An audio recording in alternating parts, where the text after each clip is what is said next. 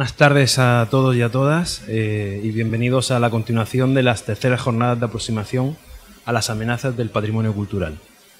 Esta tarde en la sesión será una sesión temática vinculada al patrimonio cultural, amenazas e iniciativas de conservación.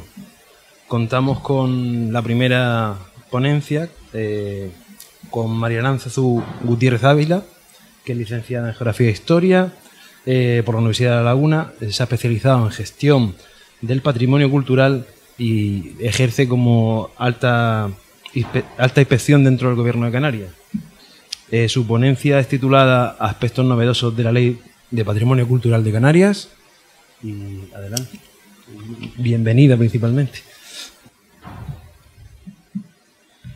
Bueno, la ley actual, que hablamos de novedosa, pero poco novedosa, porque ya lleva 3 años de recorrido y lo suficiente para ver los defectos y virtudes con las que cuenta, pero sí es verdad que con el corto recorrido de los 3 años hay algunas terminologías y algunas introducciones dentro de sus apartados que son novedosos con respecto a otras leyes del territorio español. Es la Ley 11/2019 del 25 de abril de Patrimonio Cultural de Canarias, y ya solo con la denominación de Patrimonio Cultural de Canarias empezamos a ver el primer cambio. El primer cambio es que hasta ahora se había denominado estrictamente patrimonio histórico y se adoptó una denominación genérica que, además, con recomendación de la UNESCO, pues planteaba que esta denominación era mucho más amplia y más completa con respecto a la de patrimonio histórico, que quedaba más encorsetada. Curiosamente, a pesar de que algunos, por ejemplo, el centro directivo del Gobierno de Canarias lleva patrimonio cultural desde el 2007, justamente antes de la ley, sí es verdad que todas las unidades de patrimonio de los cabildos insulares e incluso las pocas unidades de ayuntamientos que existen de patrimonio histórico continúan con esa terminología antigua de patrimonio histórico y que no se han adaptado a la ley. Esperemos que pronto haya ese cambio y entremos en esa denominación que ya es la que se denomina en todos los ámbitos.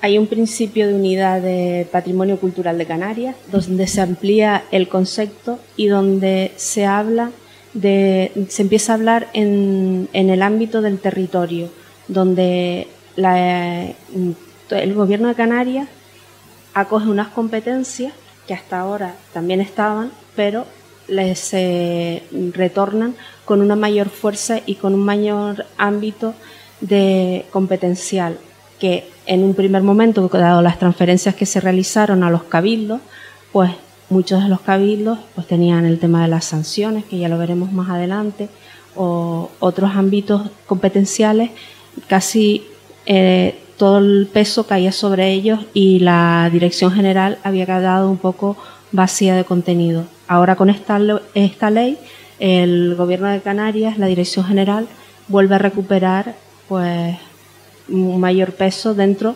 del ámbito de la investigación. Se refuerza la colaboración institucional hasta el punto.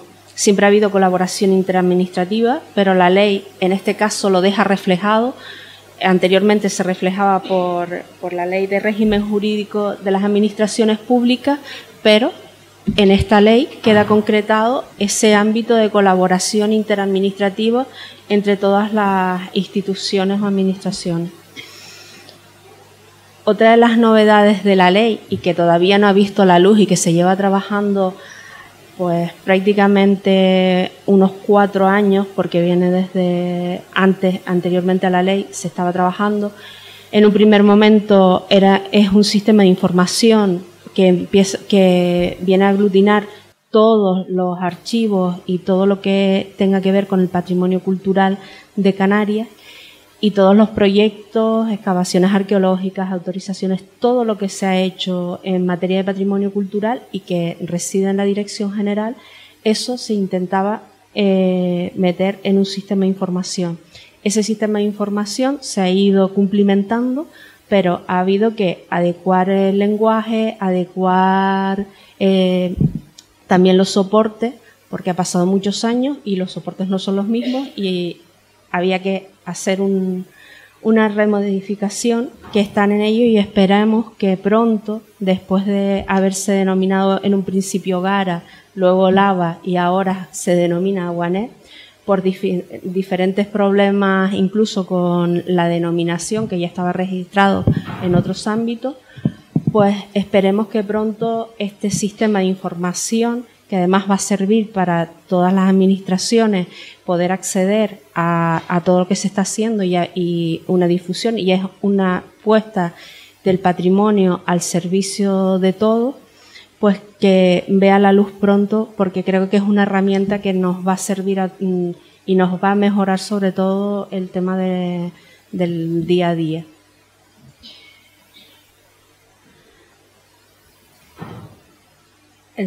Otra de las cosas que a lo mejor en la anterior ley estaba mucho más dispersa, el tema competencial, ahora viene en un articulado donde cada uno sabe lo que le corresponde: Ayuntamiento, Gobierno de Canarias y cabildos insulares, e incluso la relación con la Iglesia también queda definida y con otras religiones. Esto viene a colación también con el tema de los órganos consultivos. Los órganos consultivos hasta el momento, ya ves, las comisiones insulares, los consejos de patrimonio, los consejos municipales, ponencias técnicas. Bueno, las ponencias técnicas no, porque sí siempre han sido con personal cualificado, pero lo que eran los consejos de patrimonio, las comisiones insulares y las comisiones municipales, en un primer momento, cuando se constituyeron antes de la actual ley, formaban parte personas especializadas en un escaso número de representación y más personas vinculadas a la gestión política era el gran número que ocupaba esos órganos consultivos. Con esta ley se modifica, estos órganos se vuelven mucho más cualificados y más técnicos, por lo cual con un razonamiento, yo creo que lo más lógico de conocimiento, ¿no? De saber de lo que estamos hablando y por qué se toman diferentes decisiones. Y luego tenemos lo que comentaba anteriormente de la comisión mixta, donde se veía reflejado el tema de la Iglesia Católica, pero que también pues esta comisión mixta se abre a otras confesiones religiosas, que hasta el momento pues no se ha dado el caso, pero que la ley deja abierta la puerta para que se sumen. Modelo de protección de la ley. Existen unos nuevos modelos de protección en la ley. Hasta ahora siempre habíamos contado con la figura del bien de interés cultural y los catálogos municipales, cartas etnográficas municipales y cartas arqueológicas municipales. Esos eran los cuatro modelos de protección que existían.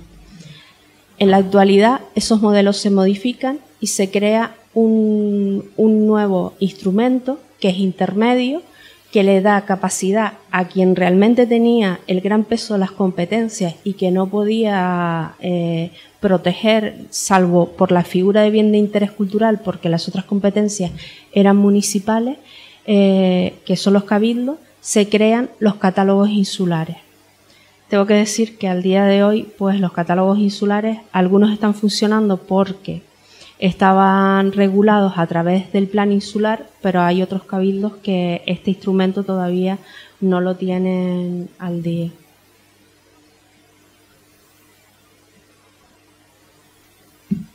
La figura de bien de interés cultural, bueno, no sé si es casualidad, porque antes de empezar me acaban de entregar un documento sobre el barrio de los hoteles y que fue la causa de que muchos de los bienes de interés cultural que se habían incoado en un momento y que se creía que hasta que no hubiera una denuncia de mora no caducaban, pues ocurre todo lo contrario. A partir de una sentencia sobre el barrio de los hoteles, obliga, porque procedimentalmente, una vez pasado el tiempo estipulado, no hacía falta la denuncia de mora para que se produjera la caducidad. Y eso aparece ahora regulado, desaparece la denuncia de mora porque no tiene ningún sentido, algo que se recogía en la ley anterior, porque hay un procedimiento y el procedimiento hay que cumplirlo. Entonces, la caducidad de los bienes de interés cultural se produce una vez transcurridos los 24 meses. Una vez se incoa el bien, pues tiene que declararse bien de interés cultural. Y luego se atribuye a la comunidad autónoma la competencia de incoar los expedientes de bien de interés cultural de patrimonio inmaterial, que hasta el momento se dividían en 3 tipos, que era el de carácter local, el de carácter insular y el de carácter regional. A partir de este momento desaparece el local y se convierte en ámbito insular o ámbito, cuando es más de 2 islas, pues regional. Y aquí tenemos pues ese cambio que se adapta también a la ley de patrimonio inmaterial que hay vigente. Les puse aquí una nueva denominación, el paisaje cultural de la dehesa, porque es el primer paisaje cultural que dentro de las declaraciones de bien de interés cultural hay unas nuevas incorporaciones de términos patrimoniales dentro de los bienes de interés cultural. Esas nuevas son el paisaje cultural, que hasta el momento no aparecía recogido, y el paisaje, la parte de paisaje de patrimonio industrial, que tampoco aparecía recogido. Y este es uno de los casos. Tenemos también el conjunto histórico con el tema de los planes especiales. Una de las novedades que contiene, que hasta el momento no se había contemplado, era siempre se hacían los planes especiales de cara a la galería de lo que se veía dentro de lo que era la arquitectura. Pero actualmente pues hay que también contemplar la presencia de los arqueólogos en las obras que se lleven a cabo para hacer seguimientos arqueológicos, que es algo que también es novedoso en la ley y que bueno, se está llevando a cabo, y la verdad que facilita que nos encontremos sorpresas en muchas ocasiones.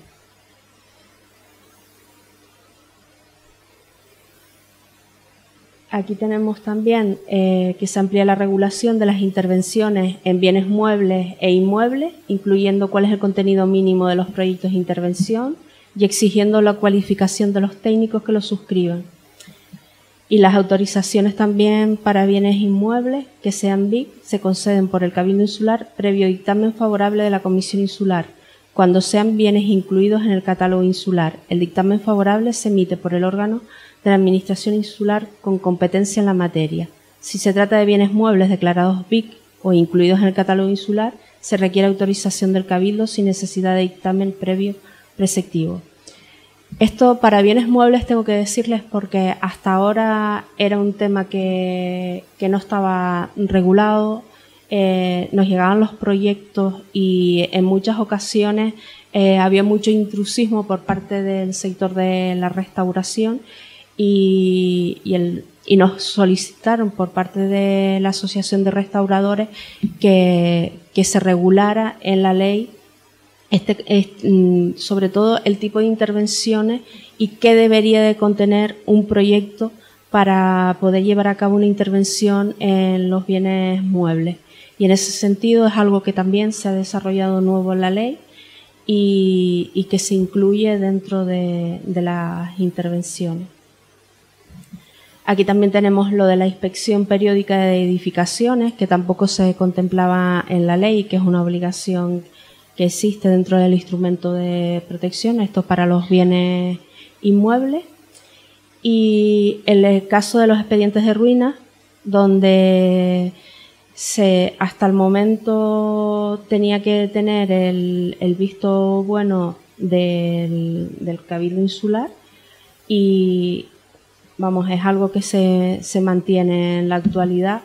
No se puede declarar ruina cualquier cosa, sino es con un informe previo y que el Cabildo Insular tenga de su parecer. Aquí tenemos algunas intervenciones, una intervención arqueológica, otra de arqueología, perdón, de aquí. Vamos a usar aquí tenemos un yacimiento arqueológico que se intervino en un primer momento porque hubo una ocupa que se metió en ese yacimiento y hubo que hacer una intervención de urgencia, y posteriormente ha llevado a otra excavación que además está dando buenos resultados, que este es un yacimiento que se encuentra en la zona de la herradura en la Restinga. Una restauración de un bien mueble. Y aquí tenemos también una ocupación, una intervención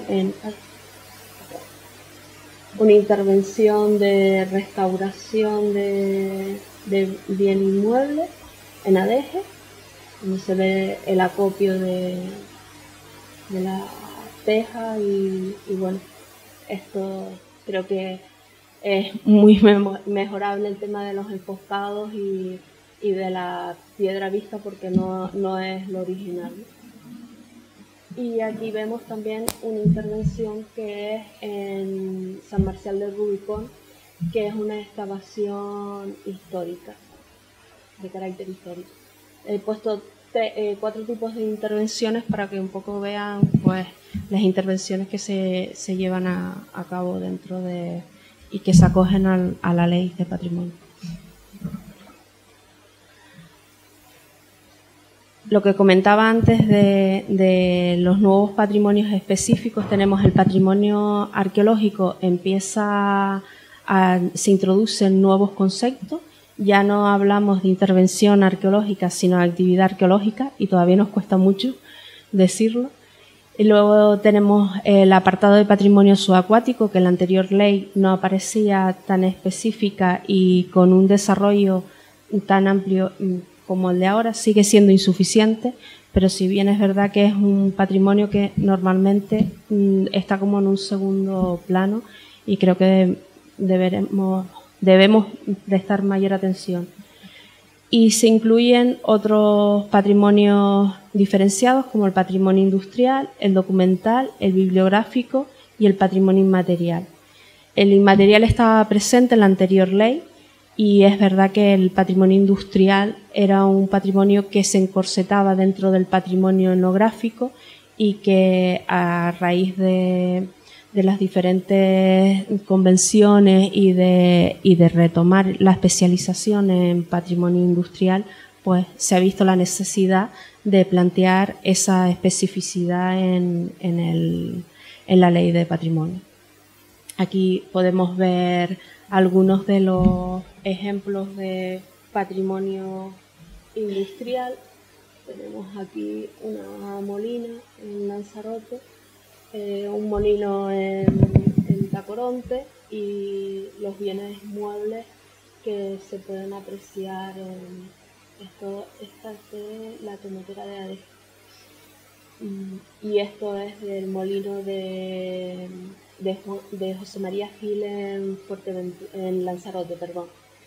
Son ejemplos de patrimonio industrial, y que hasta ahora pues entraban dentro del patrimonio etnográfico, y que hemos visto que es necesario pues que quedara especificado en la ley, y de hecho se está haciendo un trabajo de inventario en todas las islas para tener primero el mapa de conocimiento de cuánto patrimonio y qué tipos de patrimonio dentro del patrimonio industrial tenemos.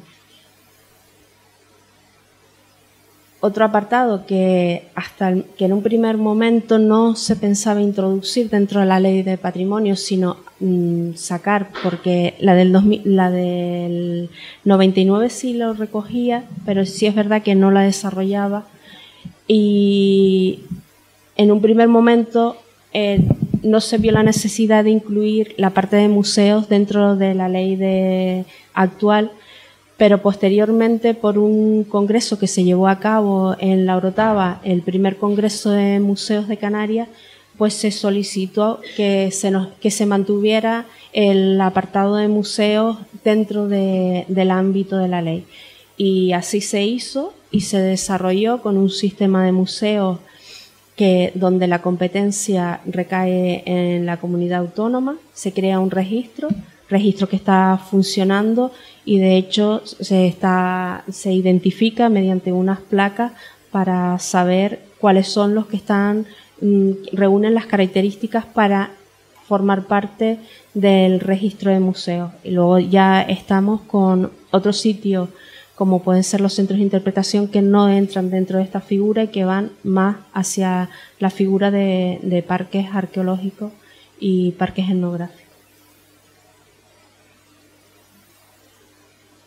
Luego, la ley tiene una serie de regulaciones o medidas de fomento que se incluyen, que van en aumento. La ley anterior regulaba en el 1% el aporte económico en cada obra que se realizara. El 1% se dedica a patrimonio cultural. Pues la ley del 99 contemplaba el 1%, en la actualidad la ley lo ha subido al 1,5%, que es lo que está funcionando, pero que vamos a ver, lo que a nosotros nos interesa es, pues, nos interesa desde el punto de vista patrimonial llegar al 2%, que sería lo ideal como medida de difusión y de protección para el patrimonio, porque de esa obra civil donde el 1% de toda la obra es lo que se destina a patrimonio cultural, consideramos que era insuficiente por la anterior ley, y se amplió en esta ley al 1,5%, y lo que nosotros preferiríamos en este caso y lo idóneo sería el 2%, ¿no?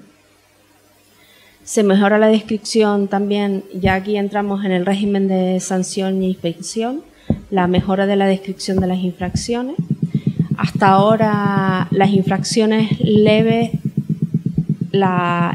graves y muy graves, que son en las que se dividen las infracciones, recaían el peso de gestión y el régimen sancionador recaía en los cabildos. Pero a partir de esta ley, los cabildos solamente regulan las leves, y cuando ya se consideran graves y muy graves pasan al gobierno autónomo. Este tipo de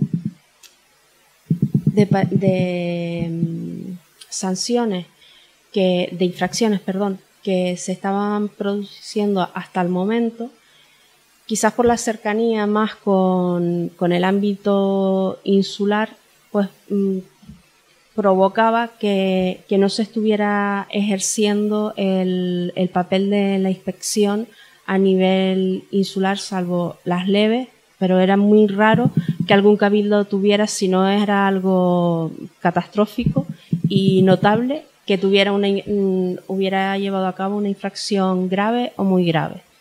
A partir de esta ley, pues con ese reparto de competencias que hasta ahora el Gobierno de Canarias no tenía en materia del régimen sancionador, pues hemos visto que se ha empezado a sacar sanciones en aquellos casos donde hay infracciones de carácter grave y muy grave.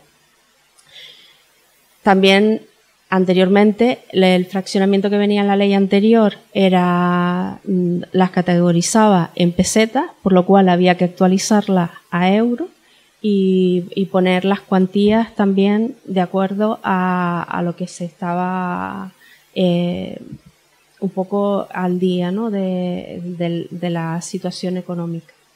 La competencia para tramitar los expedientes, lo que comentaba antes, se clarifica y queda determinado de esa forma.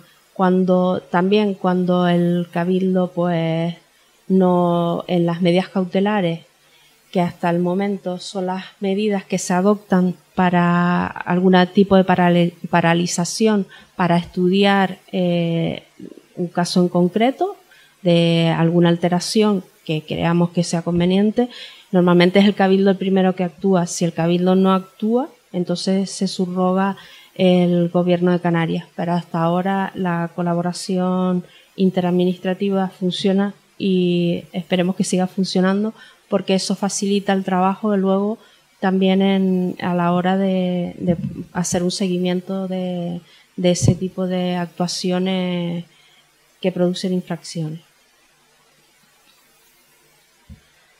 Aquí tenemos las competencias de los cabildos, que anteriormente decía que dentro del cuerpo de la ley quedaban definidas. Pues hubo que hacer una reestructuración por las nuevas figuras que aparecen. Y bueno, no sé cómo no sé, 3 minutitos. Bueno, pues abrevio.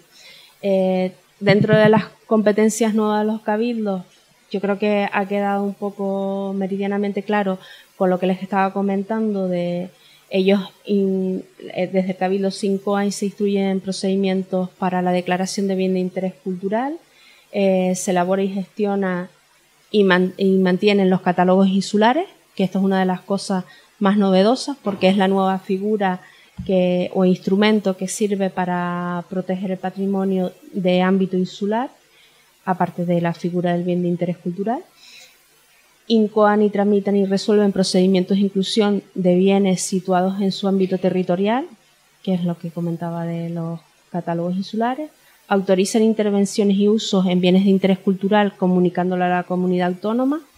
Autorizan intervenciones y usos en bienes catalogados también comunicando a la comunidad autónoma. Y autoricen intervenciones y usos en conjuntos históricos que no tengan aprobado el preceptivo Plan Especial de Protección. Esto, hago aquí un breve paréntesis y aunque no termine lo otro, creo que es conveniente aclarar que la ley, dentro de las virtudes que tiene y de las cosas buenas que trajo, de introducir elementos que a lo mejor nos faltaban, como lo que es el catálogo insular, que además nos servía de un término intermedio entre el catálogo municipal y los catálogos y la figura del bien de interés cultural.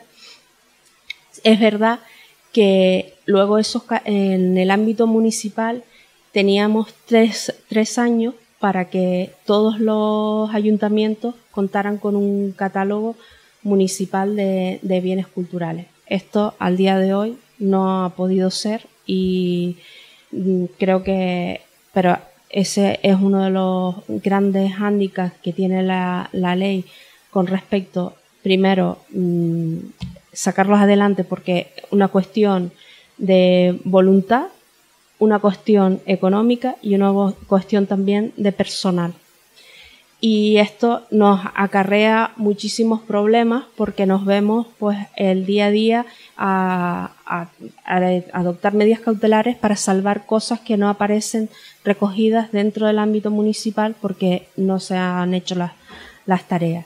Eso por un lado, pero que tampoco el gobierno ha hecho las tareas por otro lado. En cuestión de actualizar el reglamento de los bienes de interés cultural, que tenía 6 meses para hacerlo, no se ha hecho. Incluso el del Consejo de Patrimonio Histórico, que tampoco se ha hecho, y la adaptación del 1%, que también se tenía que haber planificado la parte económica. Eso nos trae que, bueno, que la ley, dentro del corto recorrido que tiene, que son 3 años, nos ha dado para ver las cosas buenas, pero también las cosas que nos están dificultando el día a día y que habría que mejorar con una nueva, pues, planteamiento de otra ley que nos mejore, o algún reglamento que vaya cumplimentando esos defectos que estamos viendo en el día a día. No he expuesto todo, espero que, si no a grosso modo, porque de verdad que es bastante amplia y farragosa, y más a esta hora, a las 4 de la tarde. O sea que la verdad que los felicito a todos por estar despiertos y espero que hayan entendido algo de lo que se ha expuesto aquí y de la ley. De todas formas, pueden acceder a ella a través del boletín oficial, donde está publicada, y bueno, cualquier duda también estamos las administraciones para cualquier duda ciudadana al respecto de la ley, y si quieren hacer alguna pregunta, no sé si está permitido o no. Pasamos las preguntas al final de la jornada. Muchas gracias, Aránzazu. Muy bien.